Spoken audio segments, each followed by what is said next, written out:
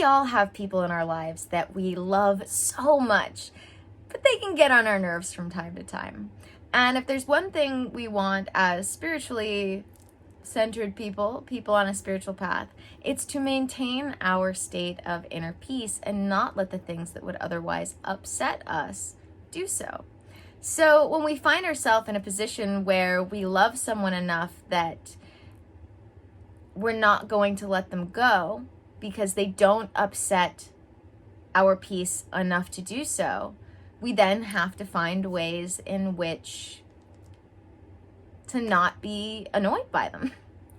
And there is a lesson that grieving and loss teaches us that is actually very handy for dealing with loved ones that can bug us a bit. And that's what I want to share with you today. First of all, welcome back to another video. I'm Annie, your Silicon Valley Sage Sister, here to bring consciousness to the forefront of your daily life to make life a little kinder and simpler. So for those of you who have seen some of my recent videos, you know that I have been experiencing loss recently in 2 different ways and have been grieving accordingly. And I've also been helping some others grieve in this process. And one of the lessons that comes up in this grieving process is one that I teach to my clients often. And it's one that helps us deal with those loved ones that we aren't going to let go of, but are the kind of people who are disturbing our inner peace. And this lesson is the lesson of what would I do if this person wasn't here tomorrow? Not all of us have experienced this, but many of us have experienced that moment when we lose someone, especially unexpectedly, where we think to ourselves, man, there are so many things I wish I had done differently. But we don't have to rack up those lists with people. We can actually do things differently now. And the way in which we can do this is with that reminder that if someone wasn't going to be here tomorrow, we would do things differently.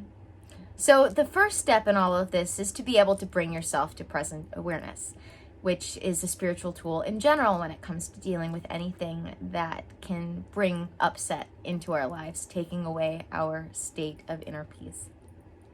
When you can bring yourself out of that state of autopilot and into present moment awareness, you can then choose again, as I say, whether that's choosing a new emotion or just choosing to do things differently than you otherwise would on autopilot. Bringing yourself out of that state that you're in as the upset begins, taking that deep breath and refocusing your mind will then allow you to bring this little reminder in of, what would I do differently if I knew this person wasn't going to be here tomorrow? And then you can start looking at your options. And in my experience, most people find that no matter how annoying the loved one, because you love them especially, there's something that'll come up that will inform you of what your actions should be next that would be different from if you had maintained the autopilot of being annoyed. So the next time you find yourself in the presence of a loved one, whether that be on the phone or actually in person, and you love them so very much, but oh boy, do they get on your nerves sometimes, stop yourself, take a deep breath and ask, if I knew that they weren't going to be here tomorrow, what would I do differently? How would I be different? If I lost this person tomorrow, what would I wish I would have done differently here?